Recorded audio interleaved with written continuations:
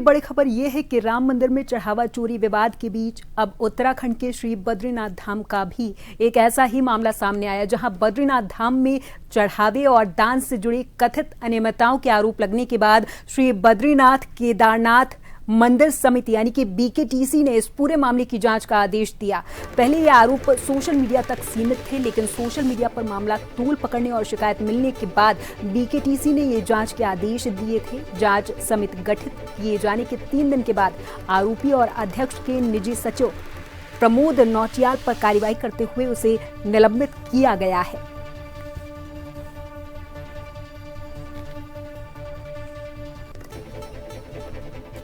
देखिए, जो भी दोषी होगा वो छोड़ा नहीं जाएगा, कठोर कार्रवाई होगी। कमेटी बना दी गई है और पुलिस ने अपनी प्रारंभिक जो कार्रवाई है वो प्रारंभ कर दी है, रिपोर्ट दर्ज हो गई है।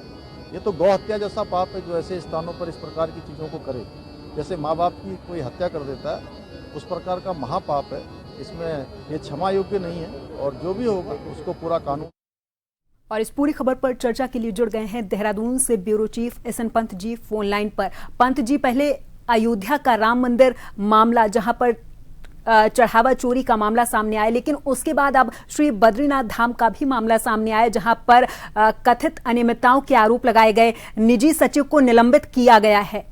पंत जी, प्रियंका, आपको बताना चाहूंगा, उत्तराखंड में जिस तरीके से आध्यात्मिक यात्रा होती है और उसमें मोक्ष धाम के रूप में बद्रीनाथ का धाम का नाम आता है, और ऐसे में जब वहां पर वित्तीय अनियमितताएं पाई जाती है तो जाहिर सी बात है किसी के मन में भी संदेह होंगे, सवाल खड़े होंगे। इसी बात को लेकर के मुख्यमंत्री पुष्कर सिंह धामी ने एक उच्च स्तरीय कमेटी का गठन किया है। 3 सदस्यीय ये कमेटी है और प्रथम दृष्टया प्राथमिक तौर पर उन्होंने जो कार्मिक थे उनको निलंबित कर दिया है और उसके बाद जिस कमेटी का गठन किया है वो गढ़वाल कमिश्नर के अगुवाई में ये 2 सदस्यीय टीम काम करेगी, यानी कुल मिला के 3 सदस्य इसमें होंगे, जो गढ़वाल मंडल विकास निगम के एमडी हैं और चमोली जिले के जिलाधिकारी भी रह चुके हैं संदीप तिवारी जी।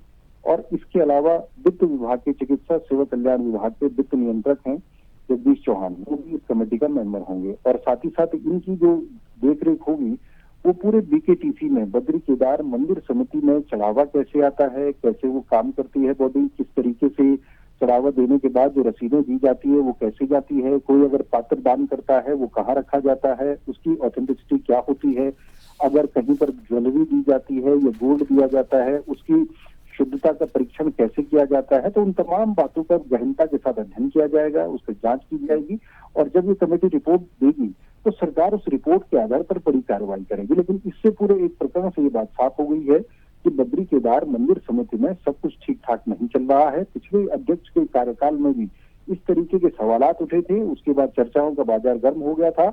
इस बार भी ऐसे ही सवालात खड़े हुए हैं, लेकिन उन सवालों के जन्म देने से पहले मुख्यमंत्री ने बड़ी कार्रवाई करते हुए एक को सस्पेंड कर दिया है और दूसरा कमेटी का गठन करते के साथ साथ उनको निर्धारित समय सीमा तय की गई है कि इस कमेटी को अपनी परीक्षण रिपोर्ट तैयार करने के बाद सीधे मुख्यमंत्री को जानकारी देनी है और उसके बाद उचित कार्रवाई दोषी पर की जाएगी या आरोपी पर की जाएगी।